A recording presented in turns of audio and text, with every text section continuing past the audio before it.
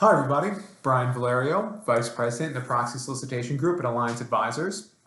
And I'm here today to talk about shareholder proposal data for the 2020 season and also take a look at ESG issues for this upcoming year. So as we all know, we're adapting to a new normal. And what I wanted to do is I wanted to take a look at shareholder proposal data for 2020 and see if we could identify any noticeable differences that could potentially be attributed to the COVID-19 pandemic that's going on. To date, I couldn't really identify any significant changes in shareholder proposals that we could potentially attribute to the COVID-19 crisis. So let's take a look at what I did.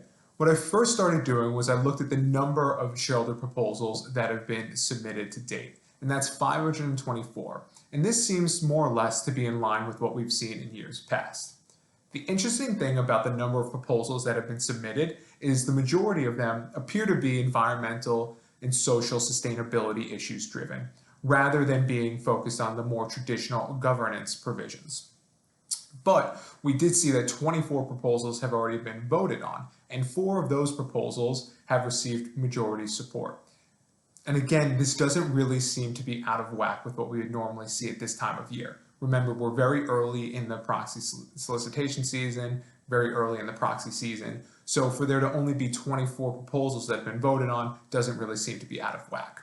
And of those 4 proposals that have passed, 3 of them were for declassifying the board of directors, the right to act by written consent, and requiring a majority standard for the election of directors. And now these are very typical governance provisions that typically do quite well when shareholder proponents put them up for a vote.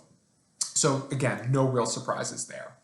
And also, no real surprise that the majority of the proposals overall are focusing on environmental and social sustainability issues. As everybody recalls, prior to this pandemic that we were in, all of the rage, all of the press, and all of the topics that anybody wanted to discuss was ESG issues, right? It was all focused around ESG, environmental and sustainability issues. And there was no bigger proponent of this than BlackRock with the Larry Fink letter that they submitted to the CEOs of publicly traded companies, right? Emphasizing how BlackRock was going to include ESG issues in its investment decisions going forward.